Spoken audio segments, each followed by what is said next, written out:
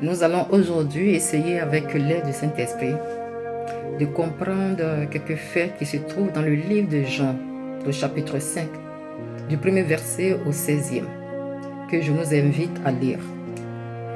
Cela va nous plonger dans une histoire formidable qui ne nous laisse pas indifférents face à une distribution des réactions et de comportements rectangulaires qui se joue entre le Seigneur Jésus, les pharisiens et un homme malade depuis 38 ans, qui se trouve immobilisé par sa condition. Une fixité qui réduit considérablement ses mouvements et sa mobilité. Non seulement ce malade est en capacité réduite, mais il n'a aussi personne pour l'aider à accomplir certaines tâches essentielles à la vie quotidienne. Et ici, la seule et ultime tâche qu'il souhaite réaliser avec l'aide de ses semblables, c'est de le faire descendre rapidement dans la piscine, car le verset 4 nous dit qu'un ange descendait de temps en temps dans la piscine et agitait l'eau. Et celui qui y descendait le premier après que l'eau avait été agitée était guéri, quelle que fût sa maladie. Mais bien aimés, nous avons en face de nous un cas désespéré humainement.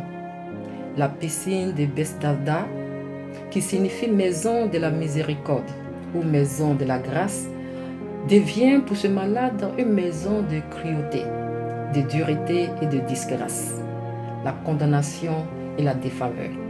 Mais là où les hommes échouent, Dieu démontre sa puissance.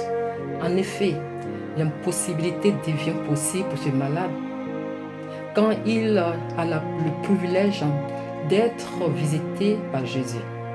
Une visitation solennelle qui n'a pas besoin de concours des hommes pour accorder la délivrance et répondre aux besoins, tout tant physiquement que spirituellement, d'une personne qui craint Dieu.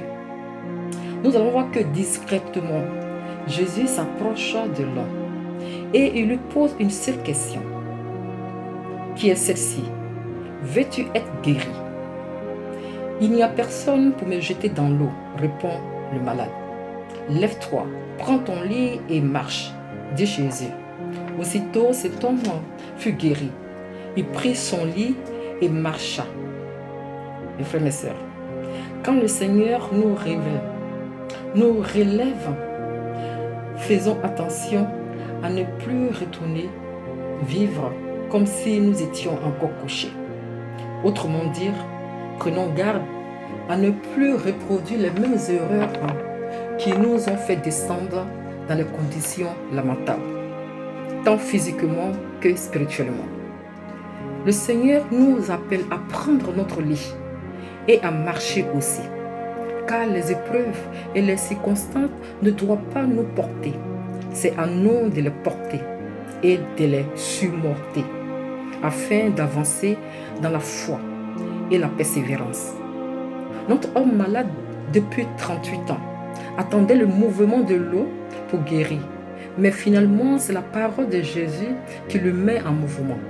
En réalité, l'eau de la piscine s'était faite chair pour accorder la vie éternelle à quiconque obéit à sa parole avec foi. Les pharisiens, quant à eux, de leur côté, comme d'habitude, jouent le rôle qui leur est attribué et qui leur va si bien. Celui de toujours essayer de déconstruire ce que Dieu construit pour sa gloire. Les culpabilisateurs et les accusateurs interpellent le malade, non pour se réjouir avec lui de ce qu'il est guéri de son mal. Au contraire, ils vont l'accabler en lui posant une question culpabilisante, précédée de remontance. Le verset 10 à 12 nous apprend que c'était un jour de sabbat. Les Juifs dirent donc à celui qui avait été guéri: c'est le sabbat, il n'était pas permis de porter ton lit. Il leur répondit: celui qui m'a guéri m'a dit, prends ton lit et marche. Ils lui demandèrent: qui est l'homme qui t'a dit, prends ton lit et marche? Mais celui qui avait été guéri ne savait pas que c'était Jésus, car le Seigneur avait disparu de la foule qui était en cet endroit-là. Amen.